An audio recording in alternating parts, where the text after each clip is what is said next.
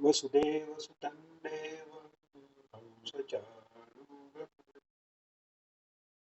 देवकी परमानन्दं कृष्णं वन्दे जगत् श्रीकृष्णं वन्दे जगत् श्रीकृष्णं वन्दे जगत् जय श्रीकृष्ण सर मूकं करोति वाचा यत्कृपां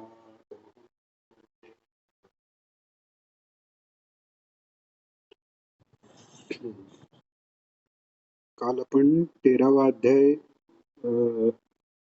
च्या शेवटाला पोचलो होतो आणि 13वा अध्यायाची समरी किंवा सारांश अशा प्रकारे आपण विचार करायला सुरुवात केलेली आणि वेळ संपला.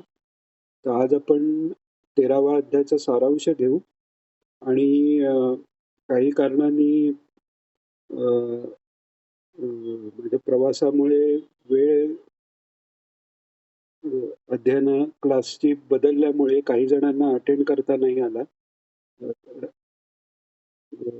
बऱ्याच जणांना अटेंड करता नाही आला. त्यामुळे बहुमताच्या विनंतीनुसार 11 ते 13 अध्याय पुन्हा घेण्याचं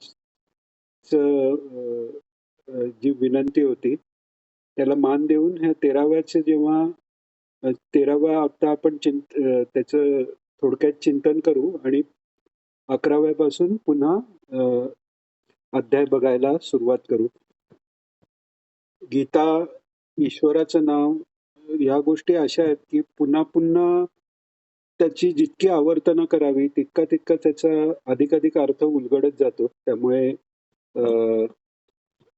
जे पुन्हा ज्यांना हे ऐकायला मिळालंय त्यांनी जरी पुन्हा ऐकलं किंवा ज्यांना सांगायला मिळालंय त्यांनी जरी पुन्हा सांगितलं तरी ते पुन्हा सांगताना काहीतरी वेगळा विचार त्याच्यात साहजिकच येतो. कोणीही असा अभ्यास पुन्हा पुन्हा करेल त्याला. त्यामुळे हे जितकं वेळा करू तेवढा फायदाच आहे. त्यामुळे एखाद्याने जर हे ऑलरेडी अटेंड केलं असेल तरीही पुन्हा विचार करताना काही वेगळ्या प्रकारे विचार ईश्वर आपल्या समोर ठेवतो. त्या हिशोबाने पुन्हा अटेंड करायलाही हरकत नाहीये कोणी जर ऑलरेडी केलं असेल तरी. तर 13व्यात आपण बघितलं. आता 13व्याची सुरुवात करताना सुद्धा किंवा हा आपण तो ज्ञानमार्ग आहे म्हटलं तरी भक्ती मार्गात असलेल्यांनाही शेवटी ज्ञानानेच परमेश्वराची पूर्ण ओळख होऊन खरी भक्ती त्या ज्ञानोत्तर किंवा ज्ञान समकालीन भक्ती जी आहे ती खरी भक्ती आहे, पराभक्ती ज्याला म्हणतात. त्यामुळे ज्ञानाभ्यास हा तीव्र भक्तीने अभ्यास न करता ज्ञान प्रकट होऊ शकतं, जे अधिकारी महात्मे आहेत त्यांचं, किंवा भक्ती बरोबर कर्म, ज्ञान, योग जे जे काही करता येईल त्यांनी त्या भक्तीला पुष्टीच मिळणार आहे. अशा दृष्टीने ह्या 13व्या अध्यायाचा अभ्यासाने भक्ती वाढली पाहिजे हा उद्देश आहे. हे सांगायचं कारण असं की वेदांताचा अभ्यास करण्यासाठी साधन चतुष्टय संपत्तीची आवश्यकता सांगितली.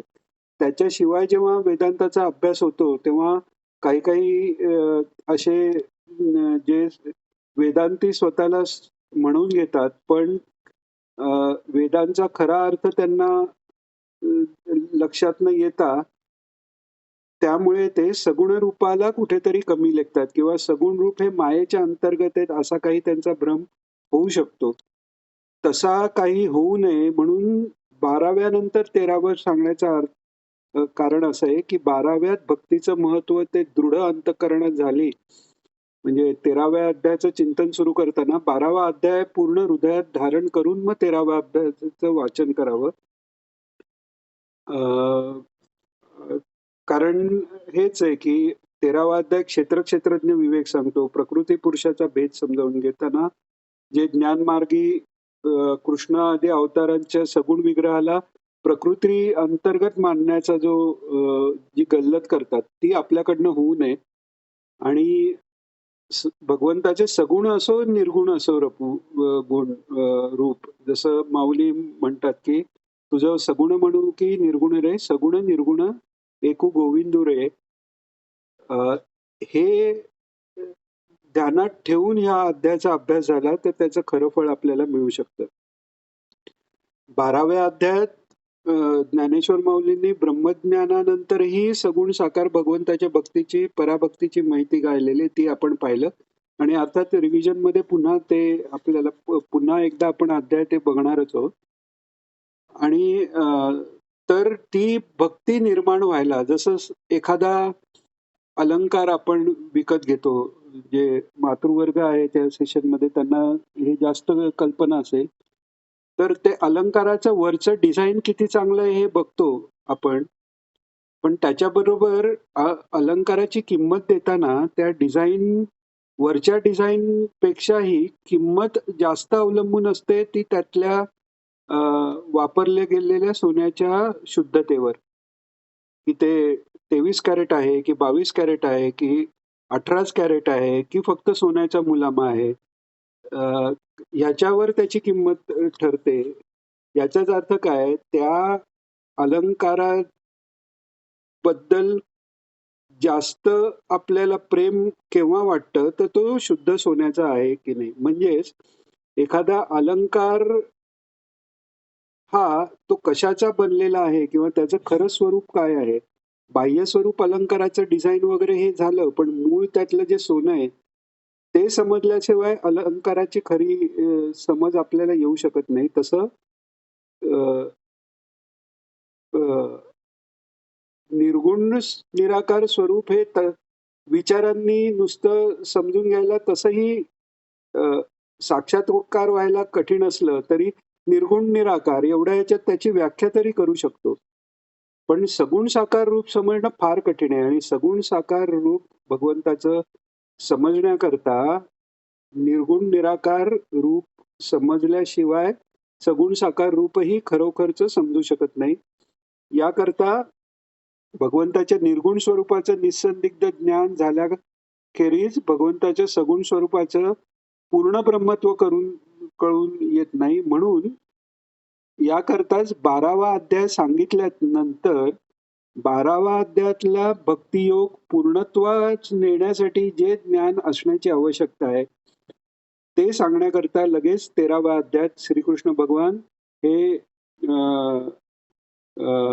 स्वतः सगुण साकार असतानाच निर्गुण निराकार कसे आहेत हे सांगण्यासाठी आणि सृष्टीतलं जे सर्वत्र व्यापी असं माझं जे रूप आहे ते कोणतं आणि माया कोणती हा विवेक आपल्याला व्हावा म्हणून हा 13वा अध्याय सांगतायत. तर त्यामुळे निर्गुण निराकार रूपाने सर्वव्यापी ते आहेत. अंतर्यामी रूपाने किंवा प्रत्येक ब्रह्म ज्याला म्हणतात किंवा कूटस्थ म्हणतात त्या रूपाने सर्व जीवांच्या अंतर्यामीही तेच आहेत हे जाणून घ्यायला तो क्षेत्राला जाणणारा म्हणजे सर्व जगाला जाणणारा असा जो परमेश्वर क्षेत्रज्ञ याचं ज्ञान होणं आवश्यक आहे.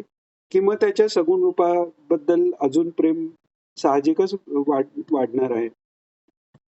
म्हणूनच क्षेत्रज्ञ अध्याय हा स्वस्वरूपाचं अधिक प्रकटीकरण व्हावं याकरता भगवंतांनी सांगितलेलं आहे. काल आपण बघितलं की अध्यायाच्या सुरुवातीलाच क्षेत्र आणि क्षेत्रज्ञ याची व्याख्या केली की इदम शरीरम कौंतेय म्हणतात. म्हणजे इदम म्हणून जे जे काही दाखवलं जाईल आणि जे शरीर म्हणजे क्षरते इति शरीरा, जे जे ज्याचा हळूहळू ऱ्हास होऊन नाश होणार आहे असं सगळं जे काही किंवा ज्याला मी इदम म्हणून म्हणू शकतो ते सगळं काही हे क्षेत्राच्या ह्याच्यात येतं आणि ते सोडून याला जाणणारा तो म्हणजे क्षेत्रज्ञ अशी सोपी व्याख्या भगवान करतात. आणि मग त्याचे ते व्याख्या केल्यानंतर ते ऍक्च्युली वेगळं कसं काढावं हे सांगण्यासाठी पुढचा सगळा अध्याय. तर शरीर हे क्षेत्र आहे अर्थात प्रकृतीचा भाग आहे आणि त्याला जाणणारा क्षेत्रज्ञ अर्थात पुरुष आहे. क्षरते इति शरीरा म्हणून ते परिवर्तित होते आणि ते सर्वही शरीर आहे. शरीराचा अर्थ व्यष्टी रूपाने आपलं शरीर झालं, पण सर्व जग जे दिसतंय ते विराट स्वरूपाचं शरीरच आहे. अशा ह्यानी सर्व शरीर जे आहे ते क्षेत्राचं क्षेत्र झालं. आणि व्यक्तिगत शरीराच्या ठिकाणी हे माझं शरीर आणि माझा अंतर्यामी जो ज्याला मी खरं म्हणतोय तो खरा सच्चिदानंद परमात्मा आहे. हे व्यक्तिगत रूपात क्षेत्रज्ञ विवेक झाला. आणि सर्व जगात जे काही दिसतंय त्यात व्यापून राहिलेला परमात्मा हे वेगळा कळता येणं हा व्यष्टीरूपात क्षेत्रज्ञ विवेक झाला. असा सगळा मिळून क्षेत्रज्ञ विवेक तयार होतो.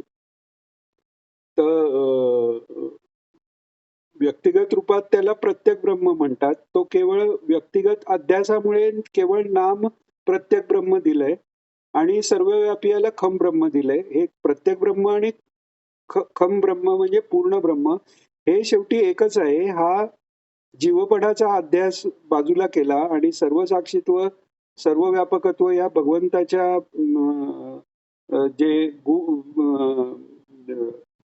आपल्या कल्याणाकरता जे गुण त्यांनी धारण केलेले आहेत ते म्हणजे सर्वज्ञत्व किंवा वात्सल्य रूप ते बाजूला केलं तर जे तत्व आहे ते एकच सच्चिदानंद तत्व आहे हे या अध्यात्म आपल्याला कळतं. तर असा हा पूर्ण परब्रह्म परमात्मा आपलं पूर्ण ब्रह्मत्व कायम ठेवून भक्तांचा उद्धार करण्याकरता परित्राणाय साधूनाम आणि विनाशाचं दुष्कृतम याच्याकरता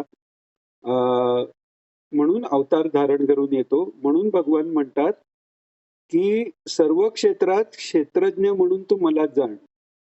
आणि पुढे हेही सांगतात की क्षेत्र आणि क्षेत्रज्ञ याचं जे तत्वता ज्ञान आहे तेच खरं ज्ञान आहे. कारण ते अनुभव पर्यवसायी आहे. कारण खरं ज्ञान याचा अर्थ सच्चिदानंदाचा अनुभव. तर म्हणून ज्या क्षणी या अध्यायात पुढेही भगवंतांनी सांगितलेलं आहे की ज्या क्षणी सर्वत्र पसरलेल्या जो संसार आहे त्याचाही अंतर्यामी मीच आहे आणि तेही माझंच स्वरूप आहे आणि त्यातले मायेचे जे खेळ आहेत ते भासमान आहेत. हे ज्या क्षणी कळेल त्या क्षणी माझा लाभ होईल असंही भगवंतांनी पुढे या अध्यायात सांगितलेलं आहे. तर सुरुवातीला हे सांगितलं की क्षेत्रात क्षेत्रज्ञ मलाच तू जाण हे भगवान छातीटूकपणे सांगतायत.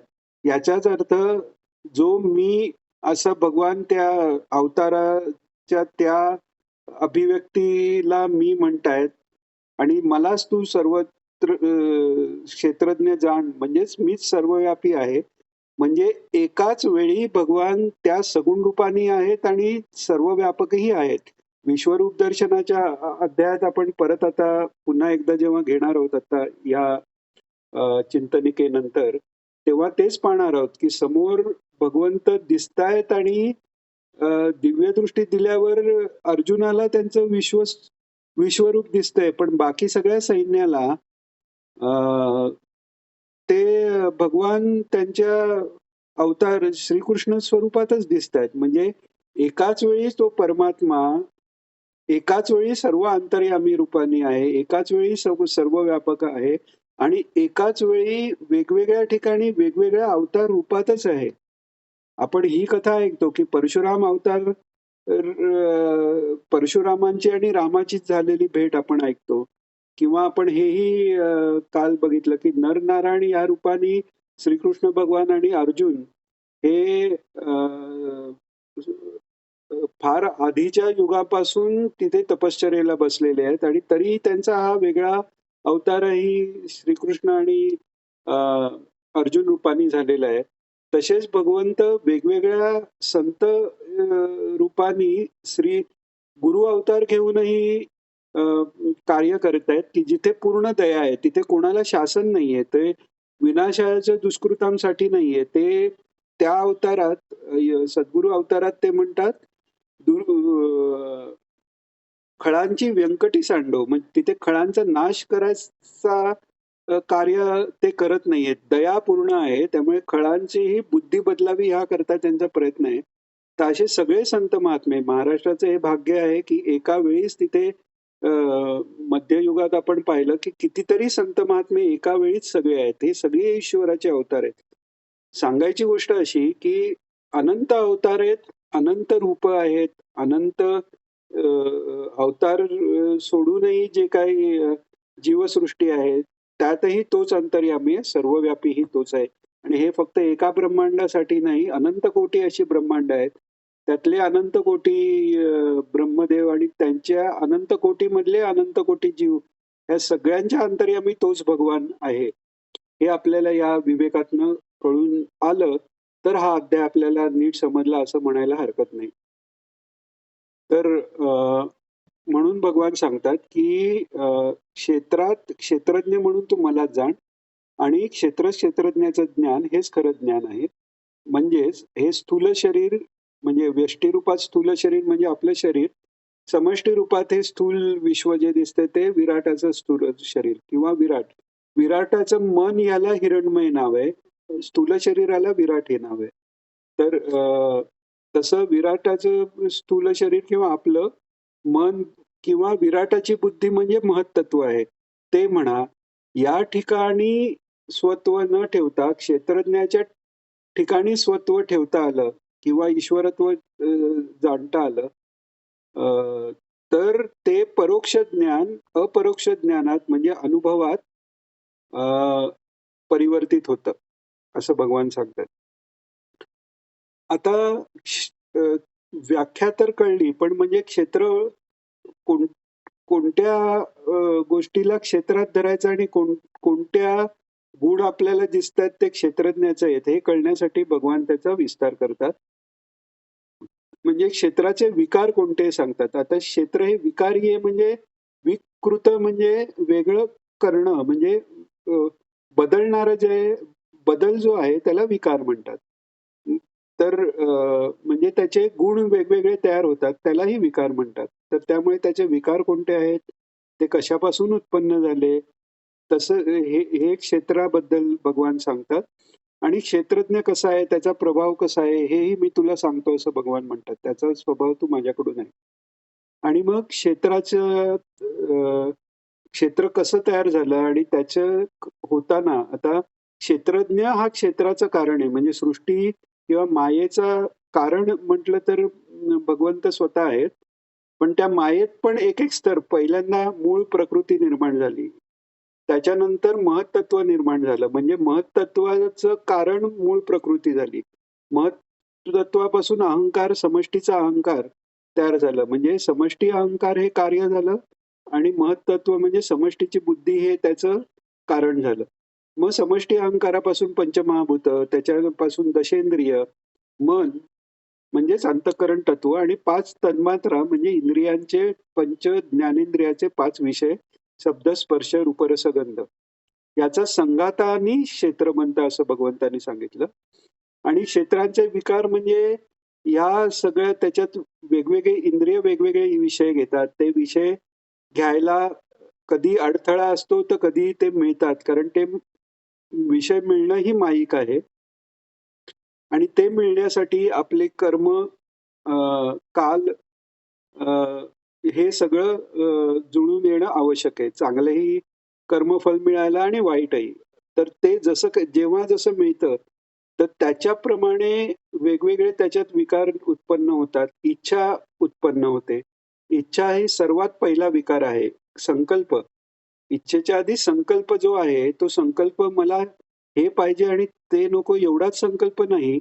तर गोविंदगिरीजी महाराजांनी त्यांच्या ज्ञानेश्वरी भावकथेत सांगितलंय की हे चांगलं किंवा हे वाईट हाच संकल्प विकल्प आहे. किंवा कारण एकदा ते चांगलं वाटलं की त्याच्याबरोबर ते हवं हे लागून आहेच, त्याला लागलेलं आहे, वेगळं उत्पन्न व्हायची गरज नाही.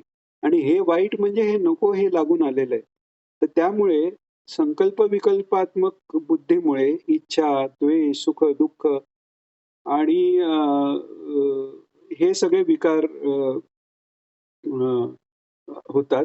तर हे सगळे आपण मगाशी जे पाहिलं की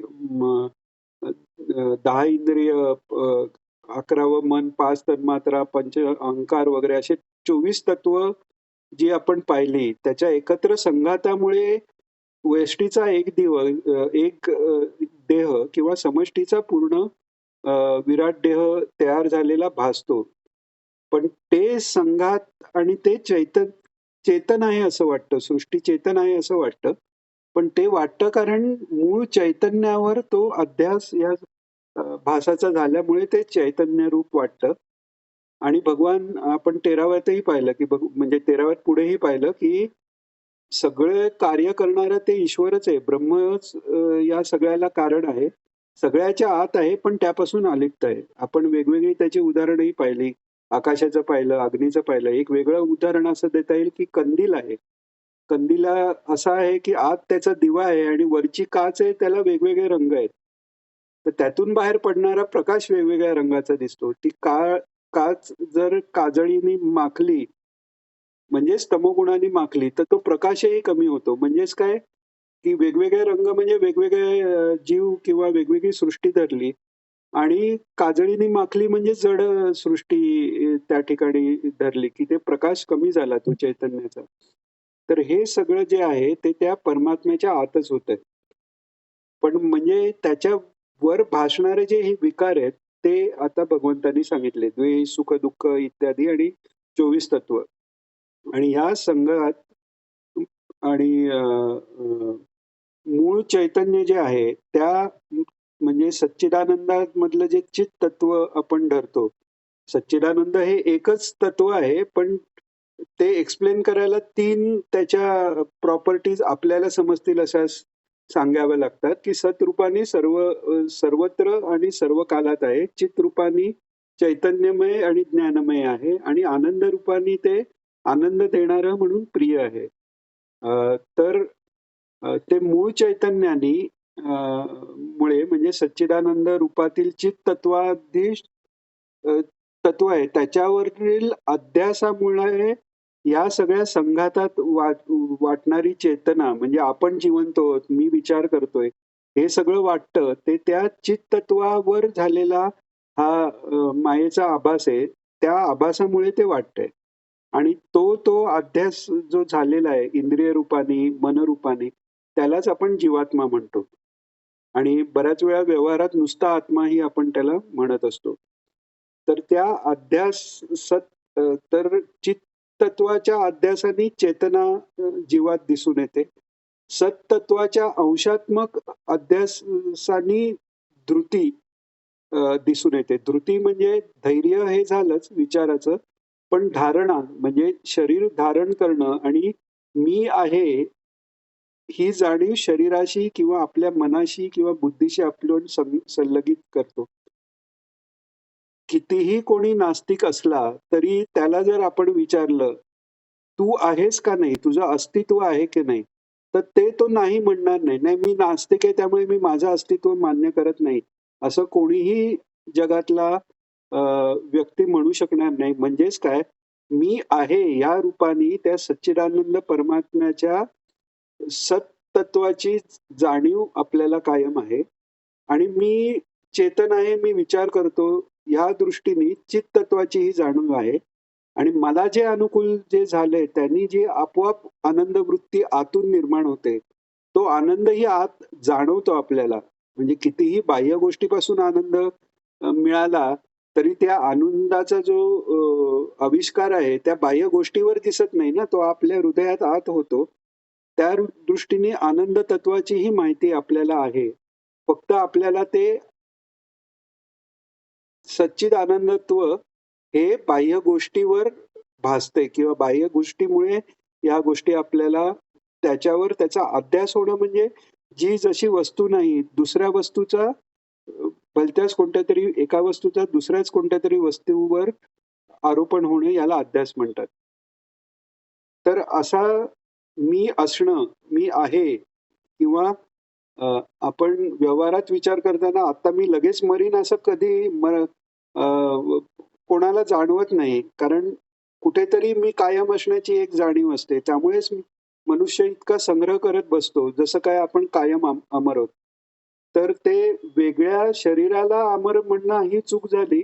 तरी ती अमरत्वाची जी जाणीव आहे, तर ती सत्स्वरूपाची जाणीव आहे हे आपल्याला समजलं पाहिजे. तर तसं त्या सत्तत्वाच्या अंशात्मक असणारे भासणारी धुती हे क्षेत्राचे विकार सांगितलेले आहेत आणि ते क्षेत्रज्ञावर आपल्याला भासमान आहेत फक्त. आता ह्या विकारी जे क्षेत्र आहे त्याच्या ठिकाणी असलेला हा मी आहे, हे जग आहे, हा जो भ्रम आहे तो जाण्याकरता म्हणजे क्षेत्रज्ञ विवेक हा आवश्यक आहे आणि म्हणून त्या क्षेत्रज्ञ विवेक होण्याकरता कोणते गुण आपल्यात बाणवले पाहिजेत.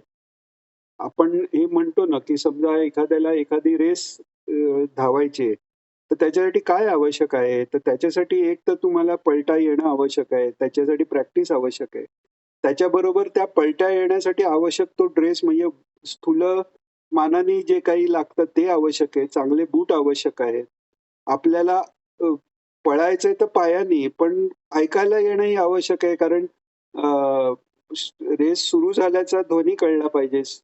अ, आपल्याला स्पर्श कळला पाहिजे कारण त्या एंडच्या रिबिनला छातीचा स्पर्श झाल्यावर आपण जिंकलो हे कळणार आहे. तर हे तसं सच्चिदानंदाचा अभ्यास करताना त्याच्या अनुषंगाने बाकी सगळंही ज्ञान, विश्वाचे तत्व याचं ज्ञान अ, होण्याची आवश्यकता आहे, की ते करूनच आपण पुढे जाऊ शकतो. आणि धर्माची आवश्यकता आहे म्हणून बाह्य जे उपचार धर्माचे आहेत, फुलं वाहणं, पूजा करणं हे बाह्य जरी असले तरी त्यांनी आंतरिक अ, आपण जिंकलोय हे कळण्यासाठी किंवा तिथपर्यंत जाण्यासाठी या साधनाची आवश्यकता आहे. तर सांगायची गोष्ट अशी, की क्षेत्रज्ञ विवेक होण्याकरता कोणती साधनं आवश्यक आहेत हे भगवान पुढे सांगतात आणि त्याच्यात सर्वात महत्वाचं जो गुण आहे, जो ज्ञानासाठी साहजिक आहे आणि आपल्याला जो मिळवायचा आहे तो म्हणजे अमानित्वम. मान हा मी ही संकल्पनेने येतो. आता मी देवाचा भक्त हा अहंकार मान वाढवत नाही खरं तर. तो मान कमी व्हायला पाहिजे त्यांनी. पण प्राथमिक अवस्थेत त्यांनी पण मान वाढू शकतो. तर मान का वाढतो? कारण मी काहीतरी स्पेशल आहे. सगळं एक इतरांपेक्षा वेगळा आहे आणि तो मी म्हणजे कोण? हा देह म्हणजे कोणी मला म्हटलं जाडा तरी मला अपमान वाटतो कारण देहाभिमानी मी आहे. देह म्हणजेच मी म्हणतो. किंवा कोणी म्हटलं तुझं मन किंवा तुझी बुद्धी तुझी कमी आहे तरी आपल्याला अपमान वाटतो कारण बुद्धीचा अपमान म्हणजे माझा अपमान असं आपण धरतो. तर त्यामुळे अमानित्व जर अंगी बाणलं, जे आपण मागेही एकदा पाहिलं, की अ, वेदांतात म्हणजे उपनिषदात एके ठिकाणी सांगितलंय, की ईश्वराबद्दल की तत् समीपके म्हणजे ईश्वर दूरही आहे आणि जवळही आहे. तर हे कळण्यासाठी संत वाङ्मयाचा आपल्याला अभ्यास पाहिजे कारण ज्ञानेश्वर माऊलींनी याचा उलगडा केलाय, की कसं तद्दुरे समीपके की जे जगात धाकुटे होई जे ते जवळीक माझी. सगळ्या जगापेक्षा च्या ठिकाणी नम्रपणा घेतला आणि ते केव्हा शक्य आहे, की सर्वत्र ईश्वर आहे हे कळलं, की वंदन भक्ती आपोआप होते. बाह्य दृष्टीने वंदन करायला पाहिजेच असं नको. त्याच्या अंतरी सगळ्यांबद्दल मान येतो तेव्हा स्वतःचा अमानित्व होऊन जातं. तर अमानित्व म्हणजे मान मान माझा असं झालं म्हणजे मान. म्हणजे नुसतं मान दाखवला पाहिजे किंवा कोणी अपमान केला तर रागच आला पाहिजे असं नाही. मनाने जरी आपल्याला हा मी आहे आणि माझ्याबद्दल माझे शरीर किंवा याच्याबद्दल काही बोलल्यानंतर जर विकार होत असतील तर तोही मान झाला. तो नसणं हे अमानित्व. आणि अदंबित्व तो मान मिळवण्याकरता म्हणून काहीतरी पुण्यकर्म करावं. वरकरणी मान नसेल पण लोकांनी हा माणूस निरहंकारी आहे म्हणून नम्रपणाने वागलं तर तोही खरं मानित्वच झालं आणि ते दंभित्व झालं. म्हणून दंभ ही सोडला पाहिजे. अमानित्व अदंभित्व म्हणजे केलेलं पुण्य आणि धर्म प्रकट करण्याची वृत्ती म्हणजे दंभित्व ते नसणं.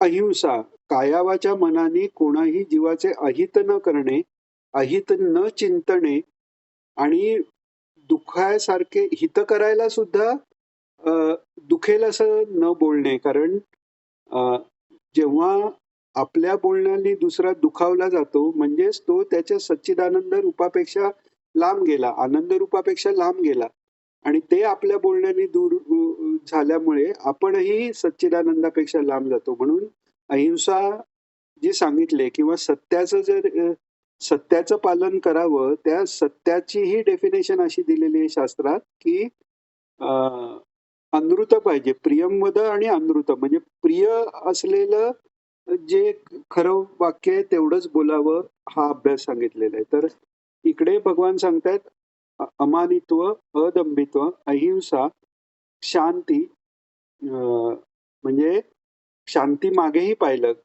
नुसतं क्षमा बोललेलं नाहीये. क्षमा म्हणजे काहीतरी कोणी वाईट केलं आणि मी क्षमा केली तसं नाही. कोणी काही वाईट चांगलं बोललं त्याचं मनात तरंगच न उठणं म्हणजे सहनशीलता नाही तर तितिक्षा. तितिक्षा म्हणजे वाईट केलं किंवा मला दुखतंय ही भावनाच नाही तर त्यामुळे ते मुद्दामून सहन करायचा प्रयत्न करायचीच गरज नाही. तर शांती म्हणजे क्षमा ही वृत्तीच आहे म्हणजे त्यांची शांती ढळतच नाहीये त्याच्यामुळे आपोआपच मुद्दामून क्षमा नाही. कोणाबद्दल राग आला आणि मग क्षमा केला असं नाही. रागच होत नाही ही खरी शांती आहे. म्हणून त्याला क्षमेपेक्षा वेगळा शब्द शांती की ज्यात क्षमा पण आली आणि शांती पण आली हे सांगितले. आर्जव आर्जव म्हणजे मनाची सरलता. सत्पुरुषांबद्दल सांगतात किंवा योगी कसे राहतात तर बालोन्मत्त पिशाचवत. तर त्यात बालवृत्ती जी आहे त्याचा अभ्यास करावा असं सांगितलेलं आहे. 24 गुरुमध्येही बालवृत्तीचा अभ्यास दत्तात्रयांनी सांगितलेला आहे की ती बालवृत्ती म्हणजे सरळ लहान बाळ असतं. आपण म्हणतो की हे लहान पोरं कधी कधी लाज आणतात. लाज आणतात म्हणजे ते कुठेही खरं असेल तेच बोलतात आणि त्यात काही लपवायचं असतं आणि काही सांगायचं असतं हा ते विचार करत नाहीत. ही बालवृत्ती आहे. तर याचा अर्थ कुठेही काही बोलावं म्हणजे आर्जव असं नाही. पण दुटप्पीपणा किंवा कावेबाजपणा हा गेला पाहिजे. म्हणजे धर्माकरता क्षात्र धर्माच्या पालनाकरता त्याची जर आवश्यकता असेल तर ते करणं हे कर्तव्य आहे. पण ते करताना हे मी धर्माचं पालन करून करतोय म्हटल्यानंतर पुढे ते जाणंही आवश्यक आहे. क्षत्रिय धर्म जरी असला तरी क्षत्रिय धर्मात सुद्धा जेव्हा आपण म्हणतो की ब्राह्मण, वैश्य, क्षत्रिय, शूद्र त्यात ब्राह्मण, वैश्य, क्षत्रिय यांना वेदाभ्यास आणि वैदिक कर्माचा अधिकार आहे. तर क्षात्रधर्म आपण क्षात्र धर्म नेहमी म्हणतो की लढाई करणं किंवा हे कावेबाजप्रमाणे वाईट लोकांचा नाश करणं वगैरे हे कुठपर्यंत गृहस्थाश्रम चालू असेपर्यंत. वानप्रस्थात त्यांना हे काहीच सांगितलेलं नाहीये. त्यांना पूर्ण वानप्रस्थाश्रमात क्षत्रिय असला, वैश्य जरी असला तरी त्यांना दिलेली अग्निपूजा करत सगळ्या संसाराचा त्याग करून जर पत्नी जिवंत असेल तर पत्नी बरोबर वानप्रस्थ घ्यावा, नसेल तर डायरेक्ट संन्यासही घ्यावा हेही आहे. पण वानप्रस्थही असं आहे की अग्नीचं संरक्षण व्हावं म्हणून कुटी बांधावी. त्या कुटीत फक्त अग्नी असावा आणि आपण बाहेर राहायचंय. आणि हा सगळा तितिक्षा, अहिंसा हा सगळा अभ्यास तिथेही आहे. म्हणजे क्षत्रिय जरी असला, त्यांनी जरी कर्तव्य कर्म म्हणून किंवा आपण आता सगळं वर्णश्रम धर्म आणि हे सगळे कलियुगात सगळे मिक्स होऊन गेलेले आहेत. आपण ब्राह्मण धर्माचं, क्षत्रिय धर्माचं असं वेगवेगळं पालन न करतात सगळेच जण वैश्य आणि क्षुद्र धर्माचं पालन करतायत सध्या. वैश्य ही व्यापार वृत्ती आहे आणि नोकरी करणं ही क्षुद्र वृत्ती आहे. त्याचं कालामानाप्रमाणे तसेच सगळे वागत चाललेले आहेत. पण सांगायची गोष्ट असेल कोणताही तुमचा धर्म असला तरी त्याच्या एका स्टेज नंतर पूर्ण हे अमानित्व, अदंभित्व आणि सरळपणा, रुजुता मनाची, आर्जव हे कुठेतरी त्याचा अभ्यास हा सगळ्याही वर्णांना आवश्यक आहेच आहे. तर आर्जव मनाची सरळता, कपटद्वेषाचा अभाव हे आर्जव झालं. आचार्योपासना म्हणजे हे साधनही आहे आणि कृतज्ञत्व निवृत्तीसाठी मग प्राप्तीनंतरही ते करावं असं सांगितलंय. पण मजा म्हणजे ते करावं अशी जबरदस्ती करायला लागतच नाही. कारण जो खरा ज्ञानी महात्मा आहे, त्याला ईश्वराचं दर्शन ईश्वरानेच गुरुस्वरूपाने आपल्याला करून दिलंय. त्यामुळे त्याच्याबद्दल इतकं अत्यंत प्रेम आणि असतं, तर ते राहतच. तर त्यामुळे आपण ज्ञानेश्वरीतही पाहतो, मूळ अध्यायाच्या विषयापर्यंत जायच्या आधी कितीतरी वेळा असं झालेलं आहे, की माऊली गुरुच्या कृपेच्या वर्णनात, त्याच्या प्रेमाचं वर्णन करता करता शेवटी त्यांनीच त्यांच्या श्लोकात म्हणाले, की एवढं मी सगळं बोललो, आता गुरु माऊली आता निवृत्तीनाथ मला सांगतायत, की आता हे बोलणं आता आवर्त घे आणि विषयाला ये. इतकं त्यांचं ते प्रेम वाहून वाहून जातं आणि हे परस्पर आहे. म्हणजे शिष्याचं गुरुवर जसं प्रेम आहे, तसं गुरुचंही शिष्याबद्दल प्रेम वाहून जातं, की जसं भगवंताचं इथे 11व्या अध्यायापासून पुढे झालेलं आहे, की अर्जुनाची तेवढी योग्यता नसतानाही दिव्यदृष्टी दिलेली आहे. त्याच्यानंतर 13व्या अध्यायात पुन्हा पुन्हा त्यांना अ, गोष्ट सांगतायत. 14व्या अध्यायाचा पहिला अ, अ, श्लोकातही परमभूय प्रवक्ष्यामी म्हणून भगवान पुन्हा तेच वेगवेगळ्या प्रकारे सांगूनच 14व्या अध्यायाची सुरुवात करतायत. तर हे सगळं झालं. तर अमानित्व, अदंबित्व, अहिंसा, शांती, आर्जव, आचार्य, उपासना आणि उपआसन याचा अर्थ उपासना म्हणजे त्यांच्या जवळ, मनाने त्यांच्या जवळ राहणं, शरीराने त्यांच्या जवळ जाऊन सेवा करणं. पण मुख्य सेवा ही सेवा स्मरणम आहे. अ, अ, तर हे सगळं अ, अ, करताना म्हणजे अ, कायेने गुरुसेवा, गुरुपूजन, वाचेने गुरुप्रदत्त नाम किंवा गुरु ईश्वरांचं गुणगान, मनाने गुरुस्मरण, गुरु कार्यस्मरण, नामस्मरण, ध्यान, मानस पूजा आदी हे आणि शेवटी शौच सांगितलेलं आहे. शौच म्हणजे अंतःकरणाची अंतर्बाह्य शुद्धी. हे सगळं भगवंत सांगतात. आता पुढचं हे आपण उद्या घेऊ रिव्हिजनचा पार्ट आणि त्याच्यानंतर आपण 11व्याला सुरुवात करू. आज आपण आता इथेच थांबू. योगेशं सच्चिदानन्दं वासुदेवं व्रजप्रियं धर्मसंस्थापकं वीरं श्रीकृष्णं वन्दे जगद्गुरुं श्रीकृष्णं वन्दे जगद्गुरुं श्रीकृष्णं वन्दे जगद्गुरुं. जय श्रीकृष्ण सर्वांना.